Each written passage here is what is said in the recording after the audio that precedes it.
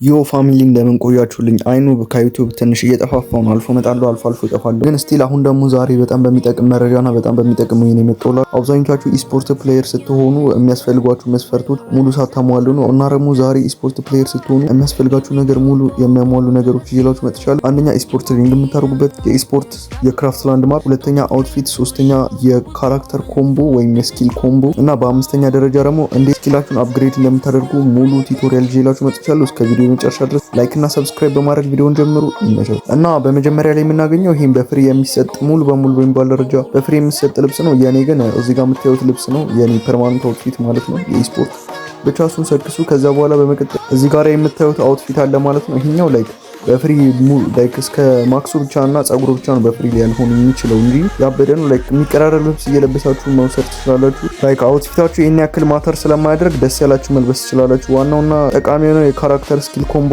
በምን ስፖርት ይከፈላል መሰላችሁ? ራሸር 1፣ ራሸር 2፣ ቦምበርና ስናይፐር ተብሎ ኢስፖርት 4 ስኳድ አለ እና ሁሉንም አራቱንም አሳያችኋለሁ። አሁን በመጀመሪያ ላይ የምናገኘውና እኔ በብዛት የምጠቀመው የሆነው ራሸር 1 ነው። ራሸር 1 ላይክ የቲሙ ሊደር ማለትም በሚባል ደረጃ ነው። የቲሙ ሊደር ነው ራሸር 1 ማለት እና የቲሙ ሊደር ስትሆኑ ደግሞ ኃላፊነቱም ያው ትንሽ ከበድ ይላል እና ራሸር 1 ማለት የቲሙ ሊደር ነው። መጀመሪያውን ካራክተር ላሳያችሁ። ራሸር 2 ይባላል። ይሄ ራሸር 2 ደግሞ ከራሸር 1 የሚለየው ለራሸር 2 ሰፖርት እያደረገ ለራሱ መራሽ የሚያደርግ ነው። ግሏል እንዳይጠቀሙ ምናምን እያደረጋቸው ማለት ነው እና ከራሸር 1 ትንሽ ቀለል የሚያደርገው ነገር ደግሞ ሙሉ ኃላፊነቱ ራሸር 1 ላይ በሚሆንበት ሰዓት ራሸር 2 ማሽቃበጥ ብቻ ነው ስራው ማለት። በሁለተኛ ደረጃ ላይ የምናገኘው ስናይፐር ነው። ስናይፐር ደግሞ የቲሜቱን ከቨር ይይዛል። የቲሜቱን ከቨር የሚይዘው ደግሞ ቲሜቱ ካሉበት በተወሰኑ ሴንቲሜትሮች ይርቅና ስናይፐሩን በመያዝ የቲሜቶቹን የሚያጠቁትን ኢነሚዎች በቀላሉ በማጣደፍ ወይም ደግሞ በመደመድ ለነሱ ሰፖርት ያደርጋቸዋል። በተጨማሪም ደግሞ ቦምበር ነው። ቦምበርም ያው ለቲሜቱ ነው ከቨር የሚይዘው። ለቲሜቱ ደግሞ ከቨር የሚይዘው ቦምብ ወይም በመጣል ወይም ደግሞ ከሩቅ ሆኖ በማሽቃበጥ እሱም